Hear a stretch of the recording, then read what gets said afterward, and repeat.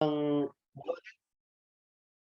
membuat sebuah buku ya, yang bukunya tersebut akhirnya dikenal luas, dan itu dibuat tahun 1479, itu untuk memperkenalkan tentang bagaimana cara melakukan pembukuan.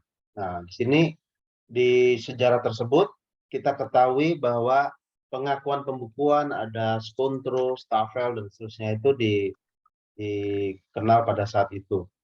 Namun sebelumnya Lukas Pajoli sendiri tidak merumuskan secara tiba-tiba karena beliau melakukan memperhatikan apa yang dilakukan oleh para pedagang-pedagang dari Timur Tengah, dan ujung-ujungnya akhirnya kita mengarah ke Al-Khwarizmi. Al-Khwarizmi punya kitab namanya Mafatihul Ulum, dan pada kitab tersebut juga sudah menjelaskan tentang konsep dari bookkeeping. Nah, mengapa bookkeeping ini ternyata sudah dipahami sejak dahulu kala? Karena proses pencatatan memang merupakan sebuah mekanisme yang sudah diajarkan sejak zaman Rasulullah SAW. Di Al-Quran surat Az-Zariyat ya, ayat 49 disebutkan, dan segala sesuatu kami ciptakan berpasang-pasangan supaya kamu mengingat kebesaran Allah. Ayat 36 di surat Yasin juga menyebutkan Maha Suci Allah telah menciptakan pasangan-pasangan semuanya, baik dari apa yang ditumbuhkan oleh bumi dan dari diri mereka maupun dari apa yang tidak diketahui.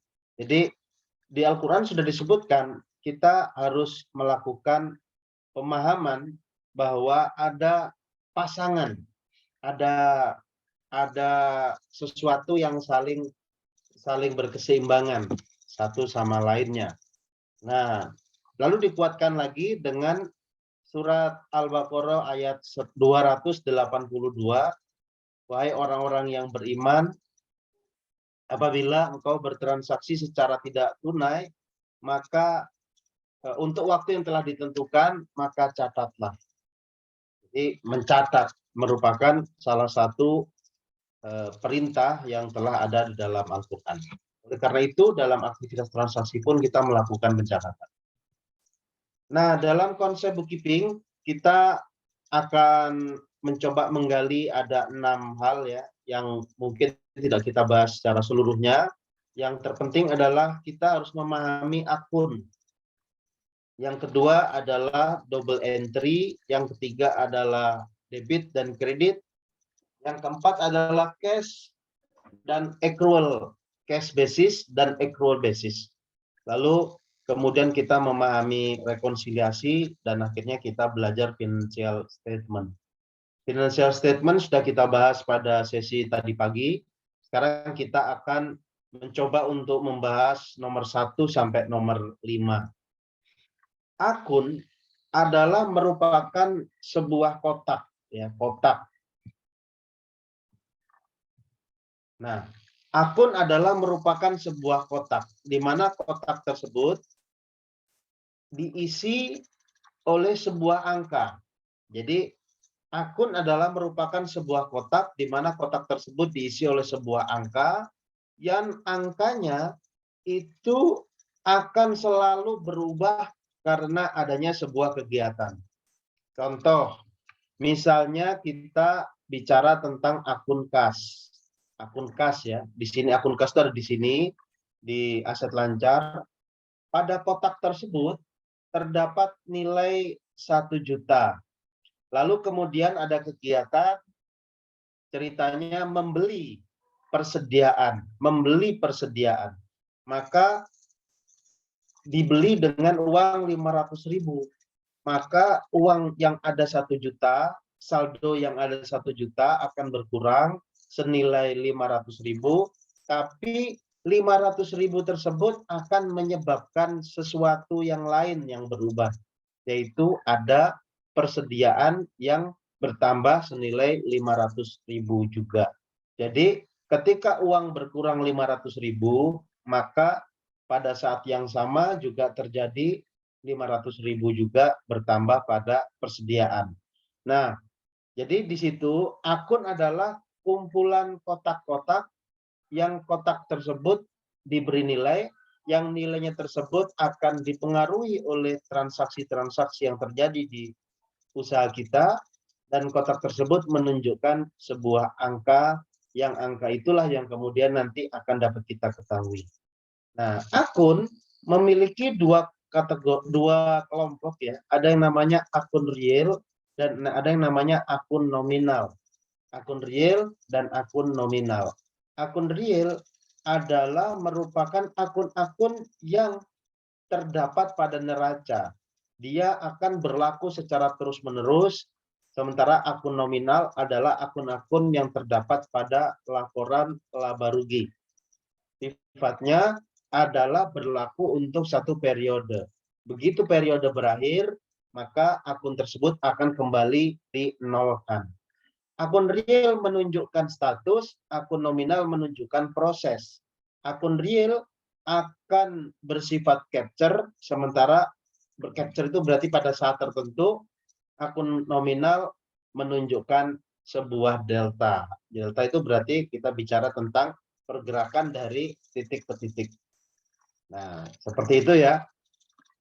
Jadi disinilah kita akan melihat apa yang akan kita pelajari. Di akun real ada aset lancar, ada aset tetap, ada kewajiban lancar, ada kewajiban jangka panjang, ada modal, ada untung.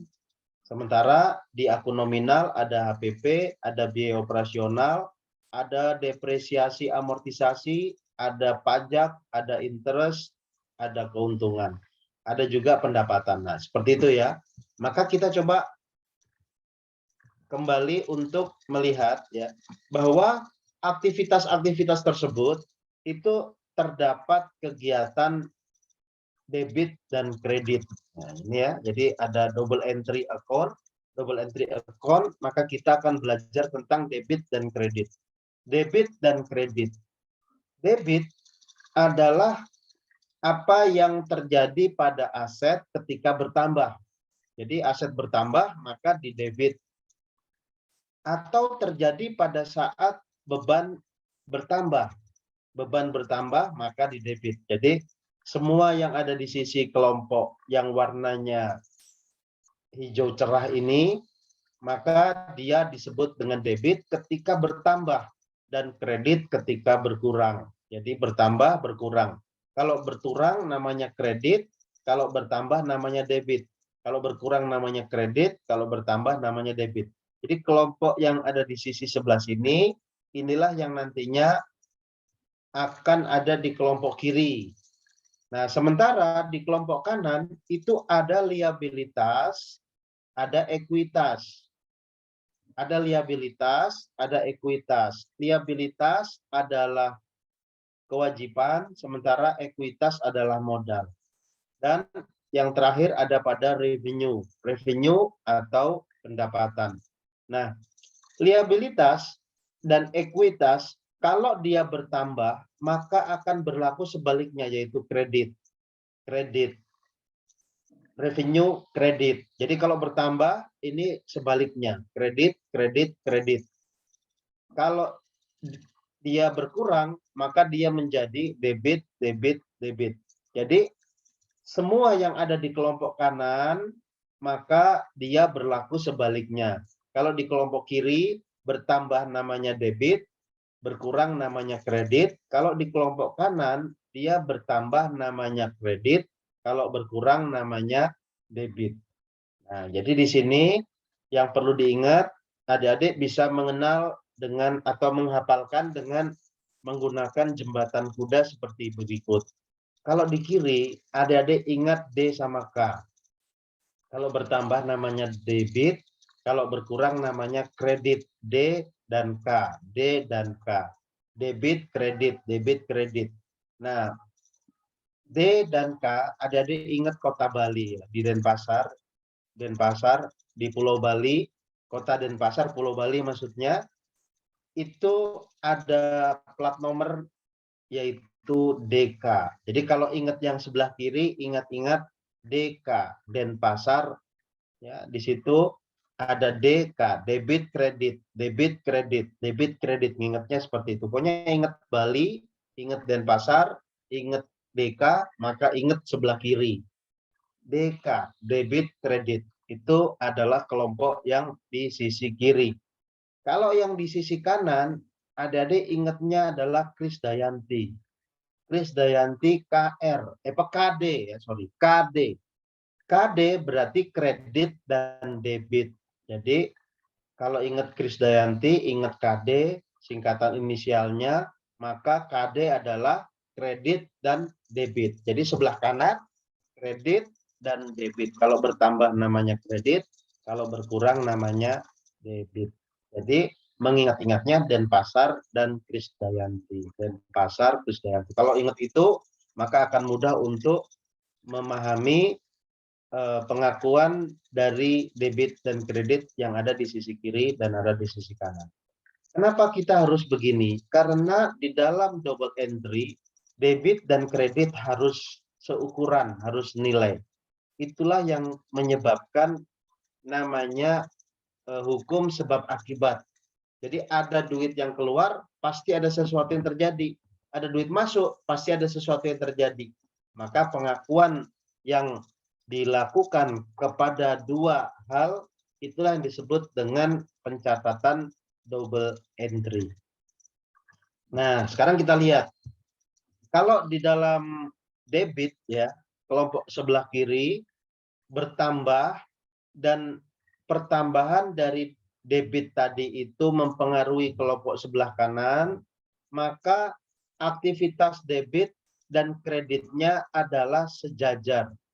Debit dan kreditnya adalah sejajar. Jadi di sini contohnya misalnya uang bertambah. Kenapa kok uang bertambah? Oh, karena ada pendapatan yang terjadi.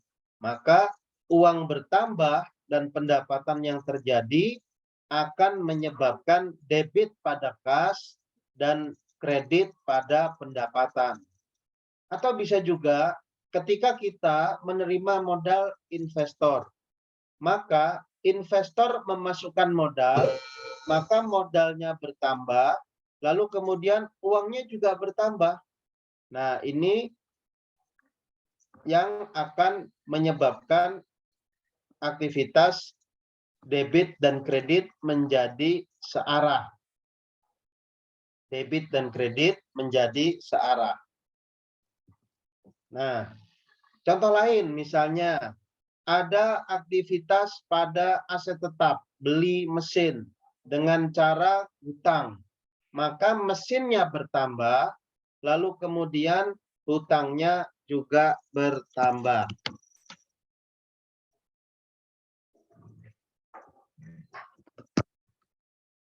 Mesinnya bertambah, hutangnya juga bertambah. Jadi kalau ada sisi kiri yang bertambah, lalu sisi kanan yang bertambah, maka debit kreditnya debit di sisi kiri dan di sisi kanan dua-duanya pasti akan naik, pasti akan bertambah.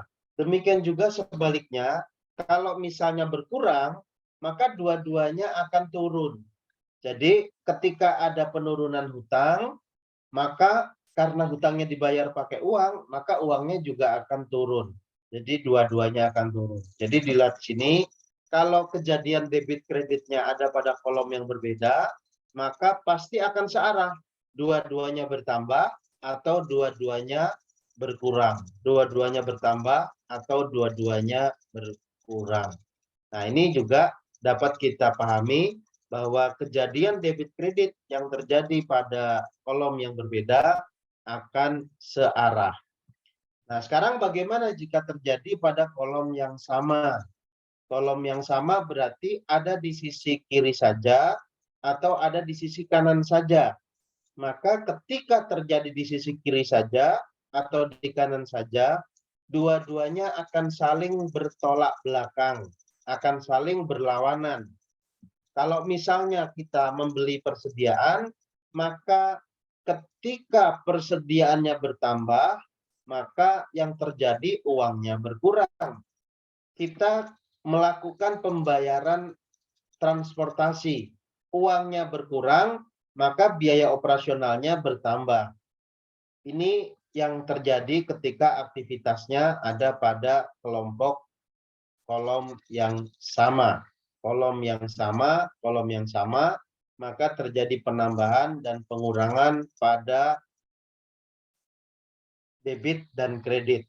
Jadi kalau dalam kolom yang sama akan berlawanan. Kalau dalam kolom yang berbeda akan searah. Searah, berlawanan, berlawanan. Nah, jadi perhatikan kotak ini, maka kita akan mudah untuk mengenali dan memahami tentang logika debit kredit. Mengapa ketika kita bicara tentang tata kelola keuangan, kok harus juga memikirkan tentang debit dan kredit? Karena pengakuan yang kita lakukan itu bersifat hukum sebab akibat. Jadi kalau kita bicara tentang ngelola keuangan, maka kita bicara juga tentang hukum sebab akibat. Nah, ini ya, debit dan kredit. Nanti silahkan dipelajari dan silahkan dipahami. Tugasnya adalah mencoba mengenali kegiatan usaha, lalu membuat akun-akunnya. Jadi akun-akun, kayak di sini nih, akunnya adalah aset lancar, ada kas, ada kewajiban lancar seperti hutang supplier misalnya ya. Ada aset lancar lagi namanya persediaan, ada piutang, kewajiban jangka panjang misalnya hutang vendor, hutang bank dan lain sebagainya.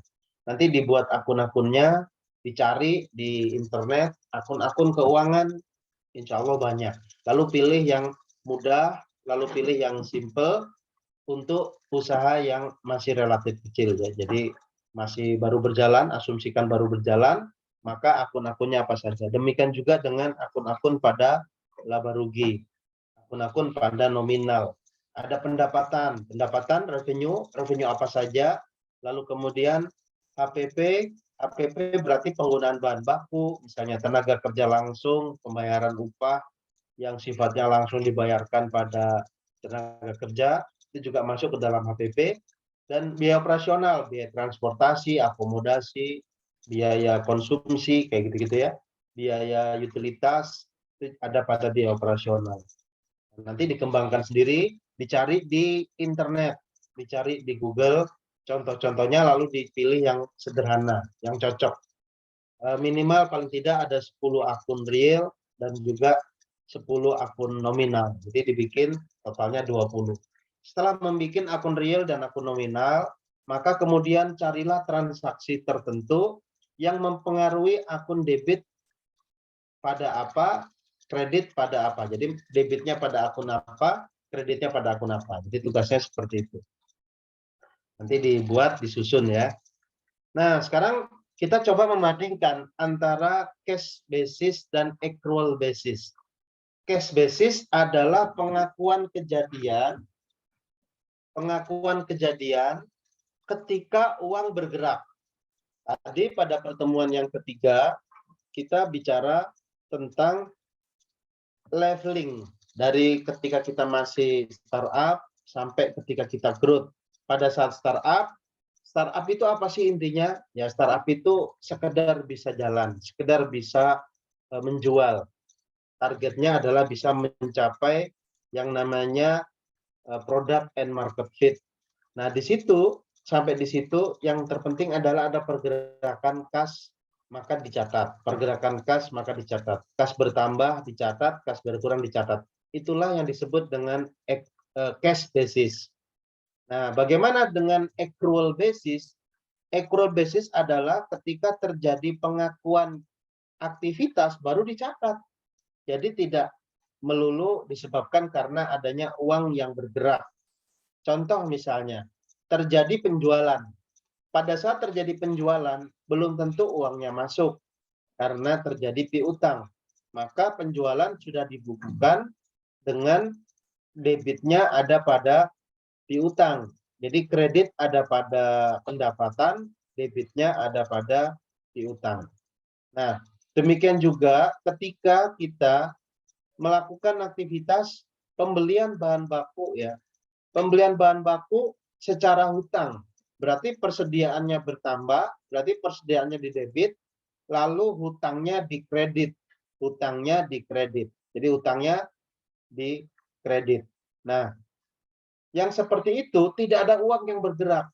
Nah, namun ada pengakuan terjadi hutang, terjadi piutang, itu tidak ada kejadian pada cash, tapi ada kejadian pada akuntansi.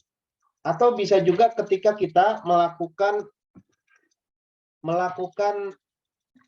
kegiatan penggunaan bahan baku. Jadi bahan bakunya, tepungnya dibikin kue misalnya. Maka tepungnya berkurang, tapi tidak ada uang yang bergerak. Nah, itu juga pengakuan HPP. Nah, HPP-nya terjadi pada saat dibuat kue, tepungnya dibuat kue, maka tepungnya berkurang. Tapi bahan baku dalam prosesnya bertambah. Atau ketika kuenya sudah jadi, maka barang jadinya bertambah. Tepungnya berkurang, kuenya bertambah. Nah, ini tidak ada uang yang bergerak, tapi ada kejadian akuntansi yang mengubah posisi nilai pada tepung berubah menjadi posisi nilai pada kue. Jadi nilai tepungnya berkurang. Contohnya misalnya kita punya tepung senilai 2 karung, misalnya per karungnya 50.000, berarti kita punya tepung senilai 100.000. Lalu tepungnya 1 karung dipakai, sehingga nilai tepungnya berkurang dari 100.000 berubah menjadi 50.000. Sementara dari tepung yang nilainya 50.000 tadi berubah menjadi kue.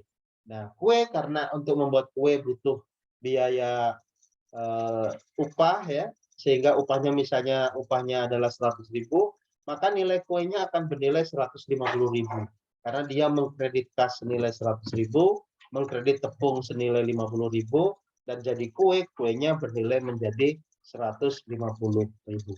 Nah, itu yang disebut dengan accrual basis. Jadi accrual basis adalah metode pengakuan pada saat terjadi aktivitas, pada saat terjadi kegiatan akuntansi.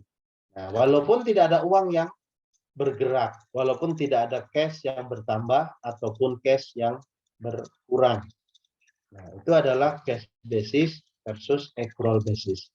Lalu kemudian kita juga harus mengenali tentang pengakuan.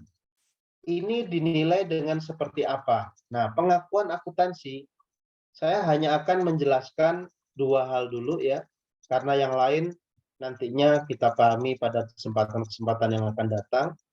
Yang pertama adalah biaya perolehan. Jadi biaya ketika kita melakukan atau mendapatkannya. Jadi misalnya ketika saya membeli sebuah peralatan senilai 1 juta misalnya, maka pengakuan 1 juta itulah yang diakui sebagai nilai dari peralatan. Jadi biaya historisnya berapa? Nilai historisnya berapa? Jadi peralatan dibeli dengan nilai berapa? Nah, namun ketika kita misalnya sudah terlanjur punya, Pak, saya sudah terlanjur punya, Pak. Padahal saya lupa dulu belinya berapa gitu ya. Maka kita bisa menggunakan nilai pengganti. Jadi nilai peralatan itu kira-kira kita nilai dengan senilai berapa. Jadi kita menggunakan asumsi sendiri. Kira-kira senilai berapa. Nah, caranya bagaimana? Caranya adalah ketika kita misal barang tersebut tiba-tiba hilang ya, atau rusak, kira-kira kita butuh berapa rupiah untuk menggantinya. Nah, disebut dengan replacement cost. Seperti itu. Ini 2 pengakuan yang dapat kita lakukan. Jadi misalnya nih, sudah terlanjur Pak, sudah terlanjur ada barangnya, sudah terlanjur punya kompor, sudah terlanjur punya piring. Bagaimana cara menghitungnya? Maka bisa menggunakan pendekatan biaya pengganti. Kira-kira diganti dengan nilai berapa sih barang-barang tersebut? Seperti itu. Lalu kemudian kita lihat ada 3 metode bookkeeping. Metode bookkeeping yang pertama adalah dengan metode envelope. Envelope berarti manajemen bookkeepingnya dilakukan dengan dikelompokkan. Jadi dibikin semacam pencatatan satu persatu. Kas dikumpulin pada kotak kas. Persediaan dikumpulin pada kotak persediaan dan seterusnya. Sehingga nanti pencatatannya dibikin sendiri-sendiri berdasarkan envelope-nya tadi. Lalu metode yang kedua adalah dengan memanfaatkan spreadsheet. Pakai Excel, pakai Google Sheet gitu ya. Sehingga metodenya bisa lebih otomatis dan bisa lebih mudah, tapi juga masih ada aktivitas pencatatan manualnya juga. Nah, demikian juga yang ketiga adalah menggunakan digital accounting program method. Jadi pakai software. Software ini udah banyak tersedia di pasaran dan kita tinggal menggunakan saja. Jadi mau pakai apa, tinggal dipakai. Ada beberapa produk yang harus dibeli, ada juga produk yang bisa disewa. Ini nanti tinggal dipilih. Kami tidak menyebutkan brand apa ya di sini ya, tapi paling tidak adik-adik sudah banyak mengenal di pasaran. Nah, ini metodenya. Lalu kemudian kita coba melihat kesalahan-kesalahan yang sering terjadi, sehingga nanti adik-adik tidak mengulangi lagi kesalahan yang sama. Yang pertama adalah terlalu banyak kategori yang serupa. Kenapa kok sampai terjadi kategori yang serupa? Ya karena pada saat kategori itu dibukukan atau digunakan, akun-akunnya digunakan, yang dipakai adalah dari template. Jadi ngambil template dari internet gitu ya, lalu dipakai. Padahal belum tentu cocok dengan kebutuhan pada bisnis kita. Maka cara membangunnya jangan langsung dipakai, tapi dipilih. Di akun kas apa kira-kira, di akun persediaan apa kira-kira, di akun piutang apa kira-kira, di akun hutang apa kira-kira. Jadi diambil, dipilih, bukan langsung dipakai. Jadi kalau misalnya nanti adik-adik nyari di template ya di internet, cari di Google, ketik saja dengan akun keuangan, pasti akan banyak datanya. Nah, ketika menemukan jangan langsung dipakai, tapi ditaruh atau disiapkan di dalam sebuah tempat yang kita tinggal ambil satu persatu kalau dibutuhkan. Oh, ternyata persediaan itu ada begitu. Ya udah saya pakai karena saya butuhkan. Jadi di akun ditambahkan seiring dengan penambahan kompleksitas dari bisnisnya. Kalau bisnisnya tidak banyak, tidak rumit, ya nggak usah terlalu banyak. Akhirnya kalau terlalu banyak, nanti malah jadi double-double. Kategorinya jadi macam-macam, tapi macam-macamnya saling tumpuk-tumpuk. Yang kedua adalah ketika terjadi kategorisasi yang kurang tepat. Jadi kita misalnya bisnisnya jualan baju gitu ya, tapi yang di-download adalah bisnis kuliner sehingga tidak cocok dan menjadikan tidak tepat. Yang ketiga, karena tidak punya rekonsiliasi bank.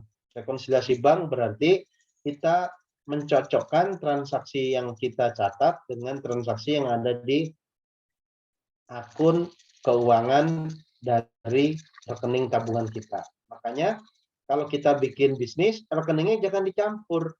Kalau misalnya kita ingin bisnis, kita bikin rekening punya bisnis dan kita bikin rekening punya urusan yang lain. Jadi rekening bisnis sama rekening yang lain. Nah, rekening bisnis ya udah itu aja, duitnya bisnis kita taruh di situ. Berapa banyak dari di situ, jangan diutak-atik. Kita hanya ambil kalau memang dibutuhkan jadi dividen atau jadi biaya operasional ya nanti harus diperhatikan pajak juga atau jadi gaji. Bisa jadi gaji, bisa jadi dividen, bisa jadi operasional dan lain sebagainya. Nah, itu dari uang bisnis. Tapi jangan suka mudah transfer antar rekening karena nanti jadi tracking ketika bisnis ini makin besar harus makin hati-hati.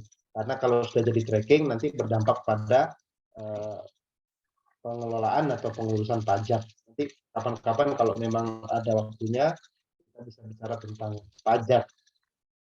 Yang ketiga adalah menghapus transaksi kas pribadi. Jadi misal begini nih, karena rekeningnya tidak dipisah gitu ya, maka ada beberapa penggunaan untuk pribadi yang terjadi di dalam aktivitas pada rekening tersebut. Nah, yang demikian maka tetap harus dapat dicatat di dalam bookkeeping, dicatat dengan ada hutang pribadi dan kemudian harus dibayar. Kira-kira seperti itu. Jadi nggak boleh langsung dihilangkan begitu saja. Yang kelima adalah menghapus transaksi secara acak. Biasanya terjadi ketika kita mengalami selisih. Waduh, selisih nih. Nah, selisih atau misalnya ada ketidakcocokan gitu ya, maka transaksi dihapus untuk menyesuaikan nilai dari rekening. Itu juga nggak boleh. Atau ditambahkan ya, menghapus atau menambahkan transaksi secara acak. Itu juga nggak boleh. Yang keenam adalah terjadi transaksi berulang. Transaksi yang double-double. Bisa jadi karena di-entry oleh lebih dari satu orang, dan bisa juga karena kita lupa sudah pernah ngentri, kemudian kita entry lagi. Nah, 6 ini terjadi ketika kita masih menggunakan metode manual. Sering terjadi seperti itu. Tapi kalau sudah mulai rapi, insya Allah 6 ini akan mulai bisa dihilangkan. Nah, kemudian kita belajar tentang biaya langsung. Tadi ketika di awal kita sudah bicara bahwa walaupun bisnisnya baru dimulai, walaupun bisnisnya masih dalam level startup, walaupun masih sekedar yang penting bisa cari makan gitu ya, tapi mulailah belajar untuk mengenali apa saja yang menjadi HPP. Nah, HPP adalah biaya yang bisa langsung dibebankan kepada aktivitas penjualan. Kalau kita jualan senilai 100.000, maka berapa biaya yang langsung dibebankan pada kegiatan tersebut? Maka kita dapat pisahkan atau dapat kategorikan menjadi 4 kelompok. Yang pertama adalah nilai dari bahan baku atau nilai persediaannya itu sendiri. Misalnya tepung untuk dipakai membuat kue. Berarti biaya langsungnya ya biaya tepung itu sendiri. Biaya tepung yang langsung kita gunakan. Yang kedua adalah biaya mendatangkan. Tepung itu tidak datang begitu saja ke gudang kita, ke tempat kita. Maka ketika mendatangkan bisa jadi ada ongkos kirim, bisa jadi ongkos pengantaran, bisa jadi ongkos pengangkatan, bisa jadi ongkos pemesanan, itu merupakan biaya proses mendatangkan. Yang ketiga adalah biaya ketika mengolah. Tadi sudah dicontohkan ketika tepung itu dibuat menjadi kue, maka ada biaya upah langsung yang dibayarkan. Nah, proses untuk membuat kue yang mana tadi nilainya adalah 100.000, itu adalah upah yang harus langsung dibayarkan kepada pihak-pihak yang membuat kue. Dan yang terakhir adalah biaya proses penjualan. Proses penjualan artinya adalah ketika kita melakukan penjualan ada biayanya. Apa saja contohnya? Misalnya komisi penjual, misalnya biaya pengantaran pengiriman dan lain sebagainya. Itu akan dimasukkan ke dalam kelompok dari biaya langsung. Sekarang di dalam pengakuan itu ada yang namanya perpetual, ada yang namanya periodik. Nah ini ya, ini kebalik ya. Nah ini, ada yang namanya perpetual, ada yang namanya periodik. Jadi perpetual adalah mengakui HPP pada saat terjadinya biaya. Mengakui HPP pada saat terjadinya biaya. Jadi biaya terjadi, maka langsung diklaim sebagai HPP. Ketika kita menggunakan tepung, langsung diklaim sebagai HPP. Ketika menggunakan gula, langsung diklaim sebagai HPP. Ketika kita menggunakan bahan baku, langsung diklaim sebagai HPP. Nah, berbeda dengan metode periodik. Metode periodik adalah metode pembukuan HPP dengan cara menjumlahkan selisih nilai persediaan awal dengan akhir, lalu kemudian ditambah dengan biaya-biaya. Jadi contohnya begini, kalau kita ingin menghitung berapa biaya tepung yang kita gunakan pada saat bulan berjalan atau bulan yang bersangkutan, maka cara menghitungnya adalah dengan menghitung dulu awalnya berapa, lalu akhirnya berapa.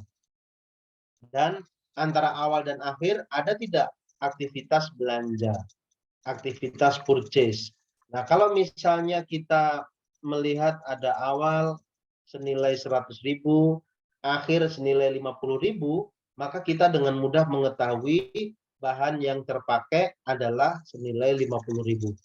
Demikian juga ketika nilai awal 100.000, nilai akhir 50.000, tapi dalam waktu yang berlangsung ada belanja senilai 200.000.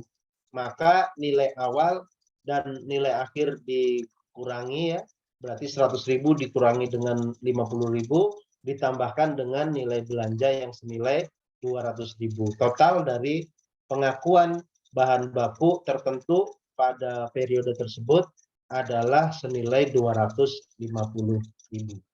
Nah, ini juga nanti adik-adik bisa mencoba untuk mencari contohnya di internet. Apa contoh cara pencatatan perpetual dan apa contoh pencatatan secara periodik. Nah, ini yang harus dipelajari dan harus digali. Lalu kita melihat contohnya. Nah, ini contohnya. Ini misalnya sebuah warung ya, sebuah warung jualan nasi misalnya. Warung jualan nasi ingin mencoba menghitung secara perpetual. Warung jual nasi ingin menghitung secara perpetual. Nah, perhatikan area-area yang warnanya hijau. Ya, ini hijau panah-panahnya hijau gitu ya. Maka ini adalah pengakuan terhadap aktivitas dari biaya. Silakan di-capture terlebih dahulu pada halaman ini, lalu kemudian nanti silakan diberi penjelasan ulang dan dijadikan sebagai tugas. Silakan di-capture, sudah ya. Saya beri waktu 1 menit untuk di-capture terlebih dahulu, disimpan, lalu kemudian dijadikan sebagai tugas. Kita lihat ya, nanti perhatikan baik-baik supaya nanti cara membuat tugasnya lebih mudah. Di dalam aktivitas ini, kita akan mulai dari yang paling atas, yaitu terjadinya belanja. Ada belanja. Pada saat kita belanja, ada bahan baku yang dapat langsung digunakan, ada juga bahan baku yang harus disimpan terlebih dahulu pada persediaan. Ada yang langsung digunakan dan ada yang harus disimpan terlebih dahulu pada persediaan. Nah, pada saat langsung digunakan, maka dia langsung menjadi HPP. Sebaliknya, ketika dia disimpan terlebih dahulu, maka dia belum menjadi HPP. Jadi yang jadi HPP langsung yang sebelah kanan. Nah, ketika yang langsung digunakan ini bisa langsung dijual atau langsung masuk ke bahan produksi, maka dia sudah tidak perlu dicatat sebagai HPP lagi. Warnanya menjadi orange karena dia tidak dicatat sebagai HPP. Nyatetnya ketika dipakai. Jadi misalnya kita beli kecambah, kita beli tempe gitu ya, yang langsung dipakai, tahu langsung dipakai, maka langsung diakui senilai dengan nilai belanjanya. Sementara kita beli beras, kita beli minyak goreng yang tidak langsung dipakai, beli gula langsung beli 10 kilo misalnya, yang tidak langsung dipakai, maka dia masuk ke dalam persediaan terlebih dahulu. Nah, dari persediaan ini kemudian kita akan gunakan. Begitu digunakan, maka persediaan ini baru diklaim sebagai HPP. Persediaan yang digunakan langsung diklaim sebagai HPP. Nah, bagaimana jika setelah diproduksi, setelah digunakan untuk proses produksi, barangnya tidak langsung dijual? Kalau langsung dijual, maka dia sudah tidak perlu dicatat sebagai HPP lagi. Tapi kalau dia ternyata balik lagi menjadi persediaan, jadi kue yang kuenya dijadikan sebagai stok persediaan, maka dia akan menjadi HPP juga, tapi bernilai negatif. Kalau di sini dia mendebit, di sini dia mendebit, di sini dia mendebit, kayak gitu ya, maka yang di sini dia akan bernilai kredit atau mendebitnya bernilai negatif. Nah, kira-kira seperti itu. Persediaan langsung dipakai penjualan, maka dia juga akan bernilai debit. Nah, ini ya HPP ya. Selain aktivitas pada bahan bakunya sendiri, maka kita juga dapat melihat ada aktivitas pada belanja, ada aktivitas pada biaya perawatan, ada aktivitas pada biaya produksi, ada aktivitas pada biaya penjualan. Nah, di sini belanja, kalau di sini tadi ya kita mengenal ada biaya proses mendatangkan, berarti biaya belanja. Biaya proses pengolahan, perawatan, produksi ada 2 nih, biaya perawatan dan biaya produksi. Dan di sini ada biaya proses penjualan, maka di sini kita masukkan di dalam biaya penjualan. Nah, Komponen-komponen yang hijau inilah yang akan menyusun biaya-biaya pada HPP. HPP penting karena ketika kita menjual, walaupun kita belum mampu mencatat operasional, tapi HPP itulah yang akan menjadi dasar penghitungan munculnya keuntungan yang masih kotor atau kita sebut dengan gross profit. Jadi total yang dijual nilainya dapat duit berapa nih kita? Lalu kemudian berapa biaya HPP untuk menghadirkan penjualan tersebut? Maka total penjualan dikurangi dengan HPP nilainya adalah gross profit atau laba kotor. Laba yang masih kotor. Kenapa kotor? Karena belum dikurangi dengan expenses, belum dikurangi dengan biaya transportasi, biaya konsumsi, biaya operasional, gaji pegawai, dan lain sebagainya. Maka disebut dengan gross profit. Nah, adik-adik, kalau misalnya dalam membangun bisnis, belum mampu untuk menghitung operasional, maka berjuanglah untuk mampu menghitung HPP. Karena HPP inilah yang akan langsung terkait dengan aktivitas penjualan. Kalau penjualan misalnya bernilai makin besar, maka otomatis HPP-nya juga akan bernilai makin besar. Kalau nanti adik-adik tidak mampu menemukan berapa persen rata-rata dari HPP, maka adik-adik akan mendapati bisnisnya menjadi naik turun tidak stabil. Tapi kalau sudah menemukan, maka HPP cenderung stabil. Stabil dalam artian dia memiliki proporsi yang relatif tidak terlalu berubah dari penjualan yang didapatkan. Kita bisa jualan 100.000, HPP-nya 60.000 misalnya. Maka ketika kita jualan 1 juta, HPP-nya juga nggak jauh-jauh dari 600.000. Kita jualan 10 juta, HPP-nya juga tidak jauh-jauh dari 6 juta, dan seterusnya. Walaupun dengan semakin besarnya penjualan, HPP akan berpotensi juga menurun nilainya. Nah, ini adalah proses pengakuan dari HPP, dan contohnya pada warung ini ya, warung sederhana, nanti adik-adik bisa mengcapture dan mencoba untuk melakukan penjelasan ya, dijelaskan, boleh juga mengacu pada apa yang sudah saya sampaikan, dijelaskan ulang bagaimana cara mengakui dari HPP. Nah, kira-kira itu yang bisa kita bahas pada hari ini, dan silahkan yang mau bertanya, yang mau untuk berdiskusi, atau yang mau menanyakan pada pertemuan yang ketiga tadi. Nah, apa yang mau ditanyakan dan apa yang mau dipelajari, silahkan. Bu Mardiah, ada di tempat atau bagaimana?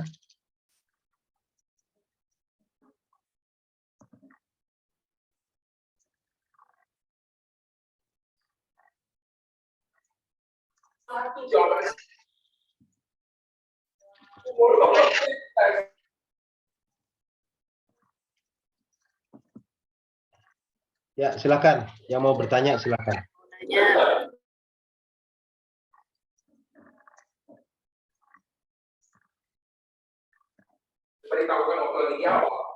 Aduh, siapa yang mau nanya? Kayaknya tidur semua. Supaya apa? Iya.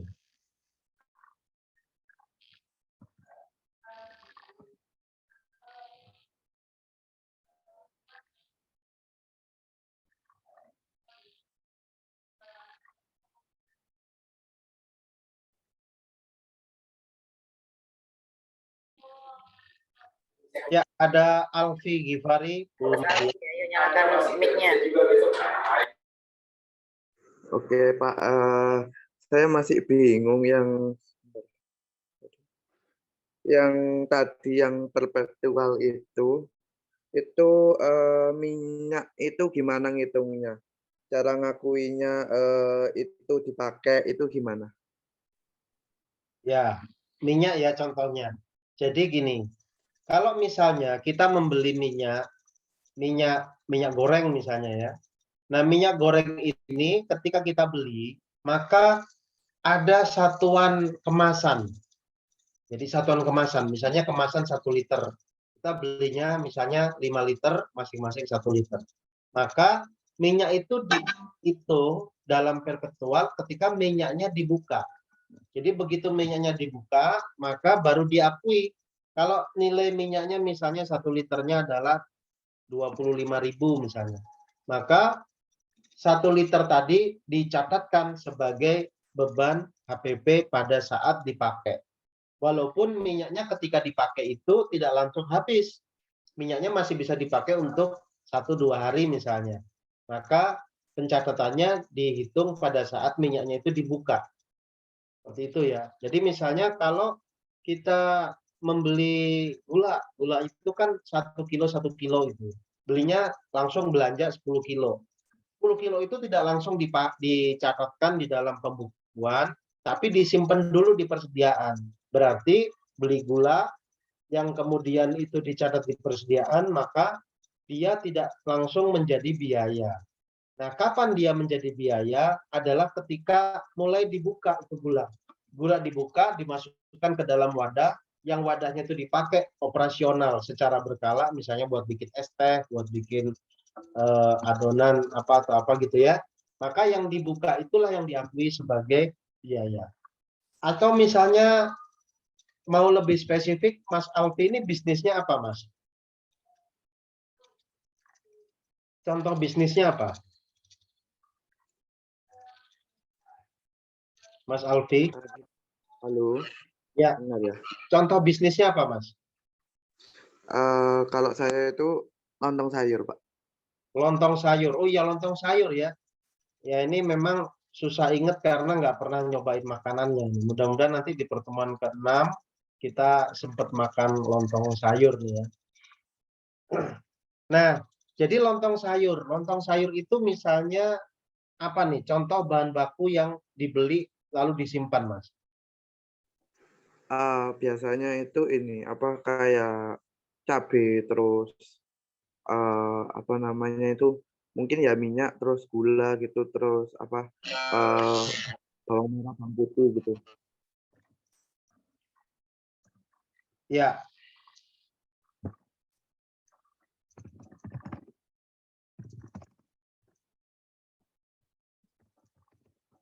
bentar ya.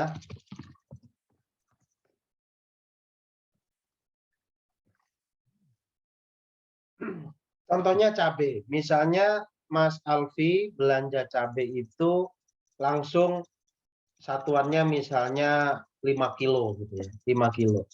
Maka Mas Alfi kalau langsung 5 kilo dan 5 kilo itu ternyata dipakainya tidak setiap hari, maka kan ada yang disimpan. Nah, ketika disimpan, sebaiknya langsung dibikin satuan yang lebih kecil. Entah itu dibikin menjadi per setengah kiloan, diplastikin dengan ukuran yang lebih kecil. Lalu disimpan. Disimpan entah itu di lemari pendingin atau di freezer untuk membuat dia menjadi tetap bisa terjaga.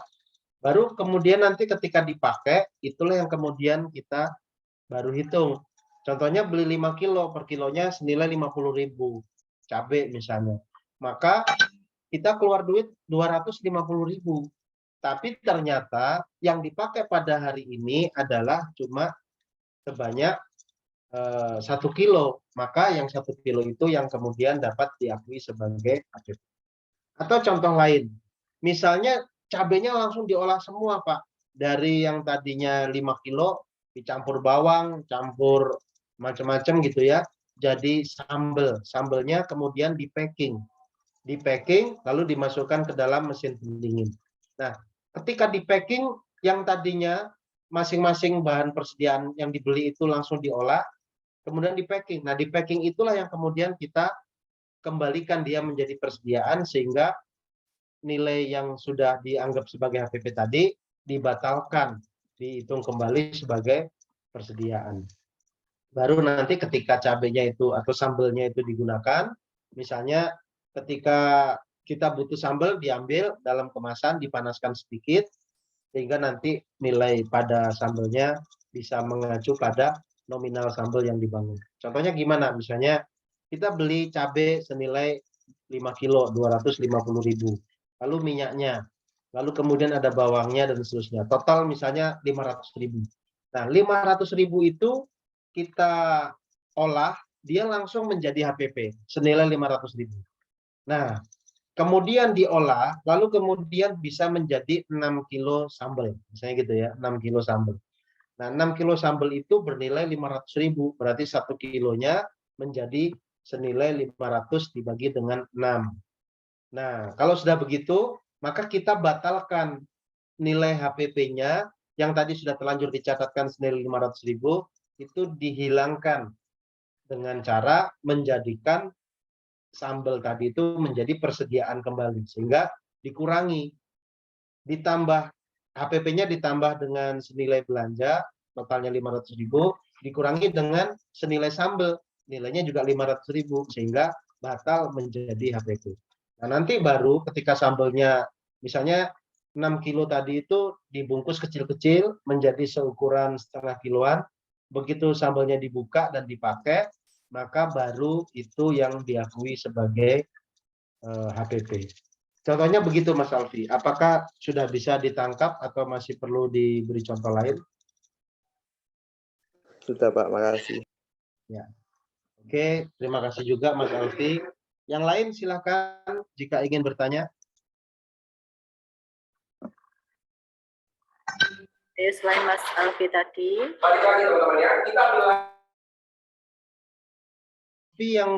selain Mas Alfi yang sudah punya bisnis siapa di antaranya?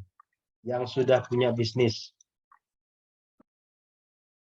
selain Mas Alfi, Atau minimal yang bisa membantu orang tuanya berbisnis, membantu kakaknya berbisnis, kayak gitu-gitu. Contohnya nanti bisa lebih real.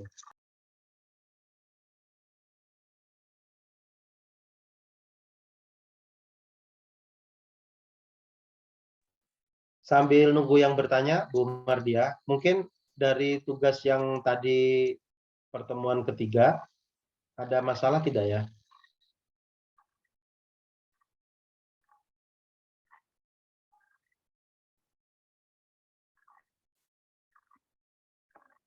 Tugas pertemuan ketiga, silakan yang ingin mempertanyakan atau ingin berdiskusi.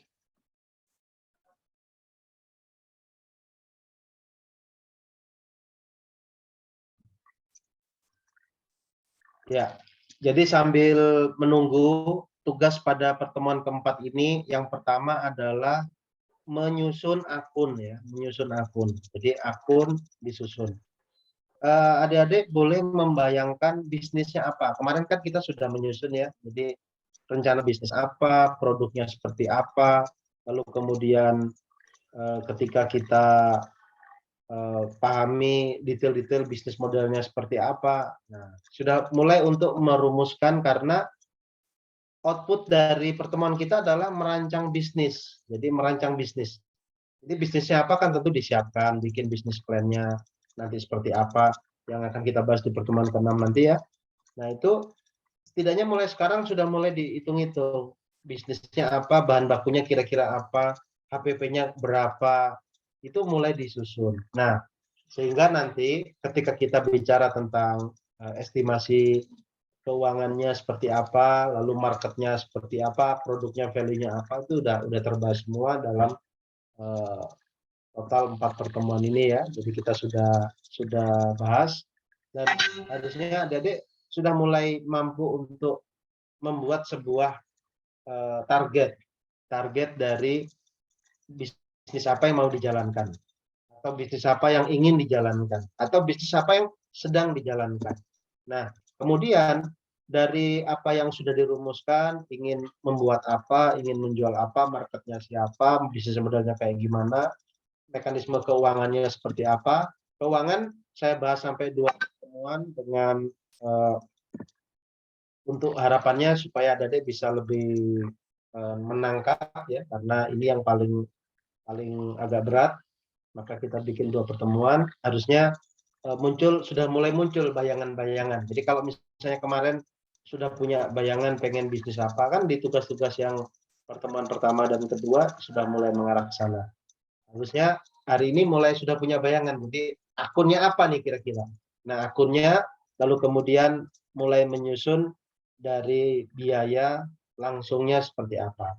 Nanti setelah itu kan tadi sudah mulai masuk ke yang tahap running itu ada HPP, ada operasional, ada biaya-biaya yang lain. Nah, di situ nanti mulai menyusun proyeksi laba ruginya seperti apa. Jadi output dari pertemuan kita dua kali ini, adik-adik bisa menyusun akun, bisa juga untuk memahami tentang bookkeeping ya, ada debit kreditnya seperti apa, lalu kemudian mulai menyusun proyeksi laba rugi dari usahanya.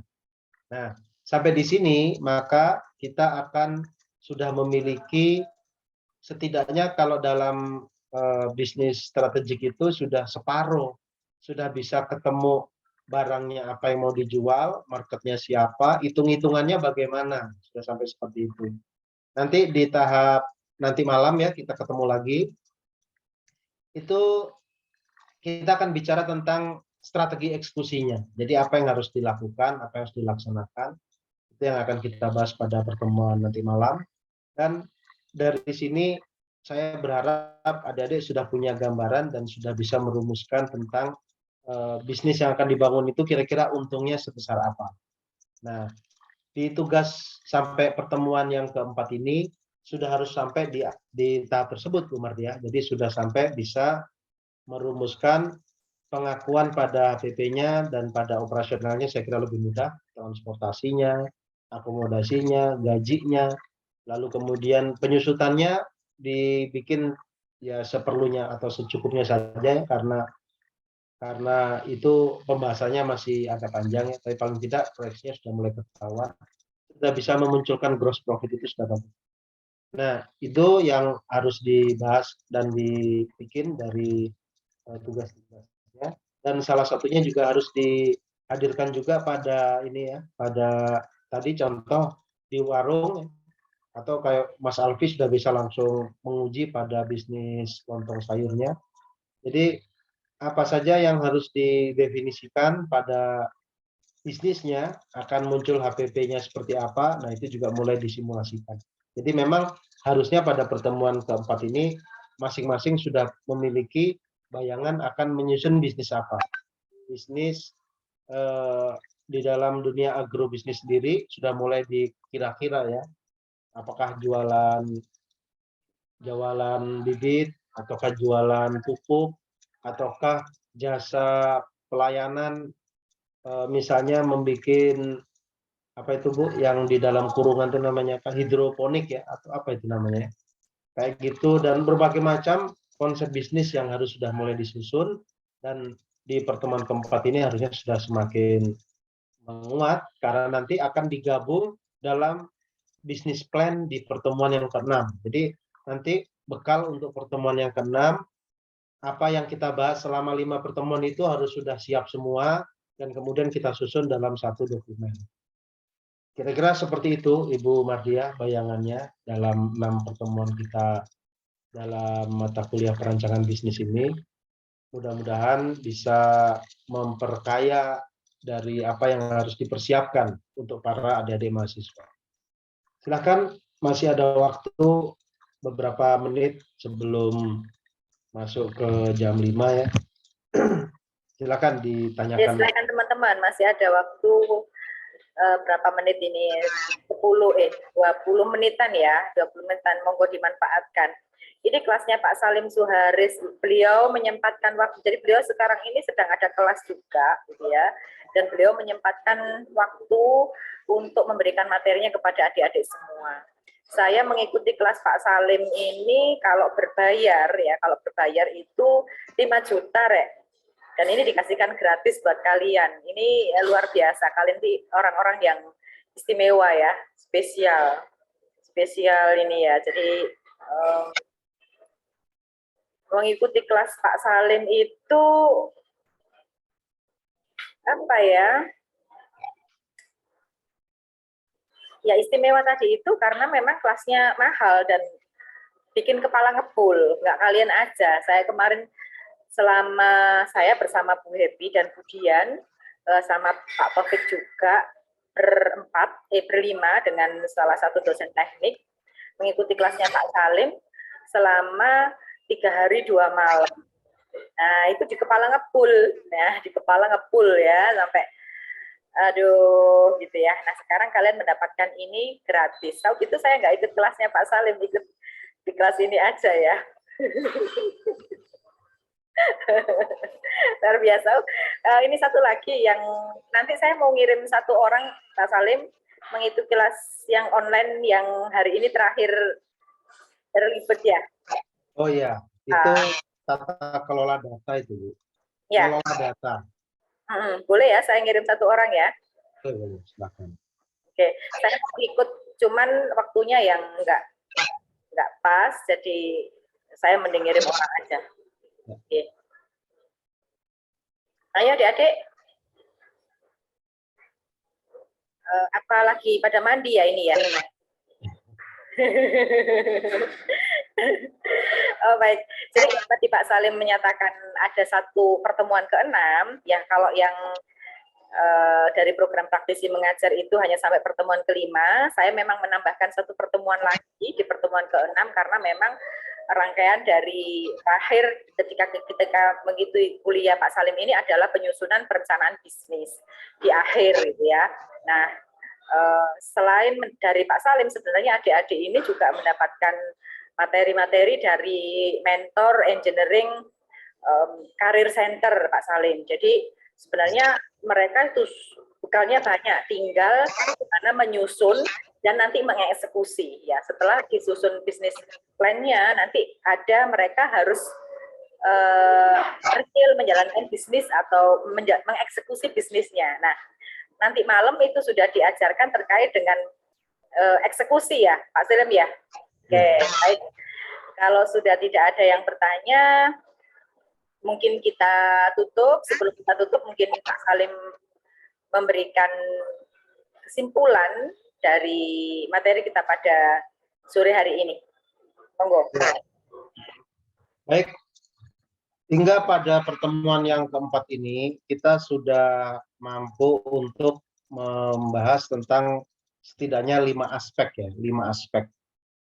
5 aspek ini nanti akan dilengkapi dengan rencana eksekusi pada aspek terakhir di pertemuan yang ke-5, dan dari 1 sampai 6 ini nanti akan kita bangun menjadi sebuah bisnis plan. Aspek yang pertama, kita bicara tentang apa yang mau kita jual. Apa yang mau kita jual. Aspek yang pertama. Yang kedua, kita bicara tentang apa manfaat dari yang kita jual. Apa manfaat dari yang kita jual? Berarti bisa menyelesaikan problem apa. Aspek yang ketiga adalah siapa yang akan membeli produk kita. Berarti kita bicara tentang market. Bicara tentang market. Jadi apa yang mau kita jual, ya, tentang produk kita bisa definisikan. Nanti adik-adik bisa kembangkan tentang produk ini, penjelasannya ini, bla bla bla segala macam gitu kan. Lalu yang kedua tentang apa sih manfaatnya? Kenapa kok produk itu harus dibeli gitu ya? Kenapa kok harus pakai produk itu, baik barang maupun jasa? Jadi dijelaskan alasannya. 10 alasan kenapa kok harus menggunakan produk kami. 10 alasan kenapa kok harus beli lontong sayurnya Mas Alfi. Karena kalau habis makan lontong sayur langsung bisa ngerjakan tugas, misalnya kayak gitu ya. Gimana? Lalu yang ketiga adalah customer-nya siapa? Siapa saja yang dibidik untuk membangun bisnisnya dikembangkan. Jadi apa yang mau dijual, apa manfaatnya, apa kontribusinya untuk problemnya customer, dan kemudian apa yang menjadi market. Ini dibahas di dalam pertemuan pertama dan kedua. Pertama ya, lebih tepatnya. Kedua hanya pelengkap.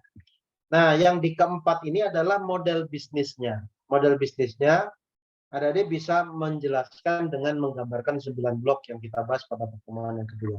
Jadi aspek apa, terus manfaatnya, terus kemudian marketnya, terus kemudian modelnya. Modelnya ini bicara tentang BMC. BMC ya. Lalu pertemuan yang aspek yang kelima adalah hitung-hitungannya. Jadi hitung-hitungannya. Ini bisnisnya menguntungkan apa enggak. butuh duit berapa untuk dikembangkan, dan kemudian operasionalnya, bahan bakunya, gross profitnya dapat berapa, itu di aspek yang kelima. Nah, nanti yang keenam adalah terus bagaimana memulainya, gitu ya. 6 bisnis inilah yang kemudian akan kita rangkum di dalam bisnis plan, bisnis strategic plan, yang nanti menjadi tugas akhir dari perkuliahan kita pada kesempatan ini di mata kuliah perancangan bisnis. Mudah-mudahan dengan apa yang disampaikan, dengan segala keterbatasan waktu dan ketidak sempurnaan dalam penyampaian, saya tetap berharap adik-adik jangan putus harapan untuk melakukan yang terbaik, jangan sampai membuat asal-asalan. Syukur-syukur nanti adik-adik benar-benar menjadi seorang pengusaha. Ada yang sudah mulai berjuang mencoba ya, seperti Mas Alfi Ghifari juga, silahkan untuk dikembangkan. Kalau ingin konsultasi gratis secara pribadi juga dipersilahkan. Mau ingin bertumbuh berkembang seperti apa, yang terpenting adalah semua itu selalu dimulai dari sebuah harapan ya, dari sebuah wacana, lalu kemudian dikembangkan menjadi sebuah gagasan dan akhirnya dilaksanakan. Kalau misalnya kita tidak punya sebuah target orientasi, tidak punya harapan, tentu bagaimana kita bisa memaksimalkan apa yang kita lakukan. Terima kasih sudah mengikuti kegiatan kita sampai yang keempat ini, dan nanti kita akan bertemu lagi di yang kelima, dan semoga dilancarkan. Assalamualaikum warahmatullahi wabarakatuh. Waalaikumsalam warahmatullahi wabarakatuh.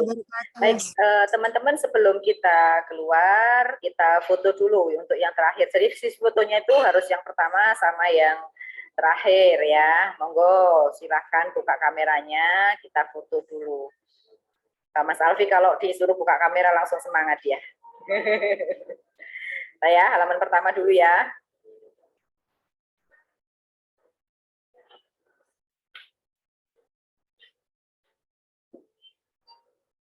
Oh ya, teman-teman, lupa tadi saya nggak mengingatkan untuk absennya kita gunakan link yang tadi ya. Masih nyimpen linknya?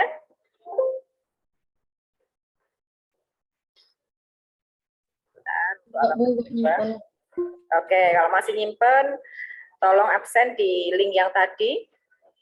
Oke, halaman yang kedua, 1, 2, 3.